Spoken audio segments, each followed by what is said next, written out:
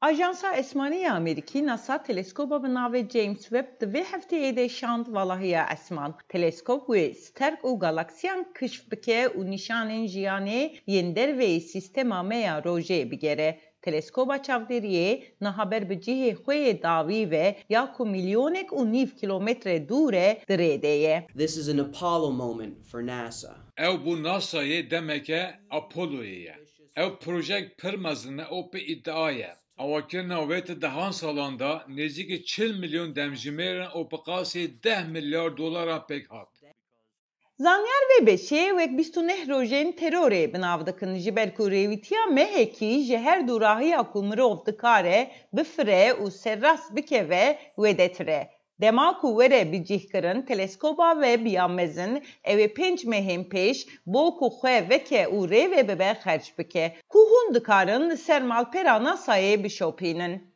Ji aliyê din ve pêvajoya testa NASAyê ya bi navê DART didome erka keştiya esman qelibandina li asteroîdekî ye. Da ku bibîne ka heke asteroîdeke ku ber bi dinê ve diçe dikare ji rêşa xwe were derxistin yan na. Ev ji fîlmên Hollywoodê yên mîna Armageddon ya 1998 tê sîrûşkirin. Ev tenê ceribandineke û armanca dartê ji dinê re xeteriyekî rastîn çê nake.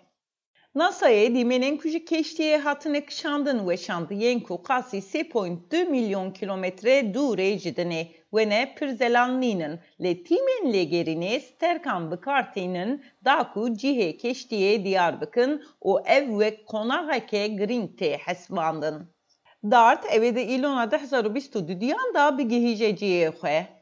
Hevdem zanyarên li navenda xwarinên solar yên li Helsinki, Finlandiya ragandin ku ji hewaya ziraf proteinekî devlemend ya xwarinê hatiye çêkirin. Ev wek soleyên hatiye binavkirin ku di tankek fermentasyonê de ji yek mikrobekekî tê avakirin. Karbondioksit û av ji hewayê tê kişandin û piştre hidrojen ji avê bi karanîna elektrîkê tê veqetandin. Lêkolîna xwarina xwezayê ya adara 2021 nîşan dide ku sîstemên xwarinê yên cîhanê dibin sedema ji sê yeka belavbûna gazên serayê yên cîhanê.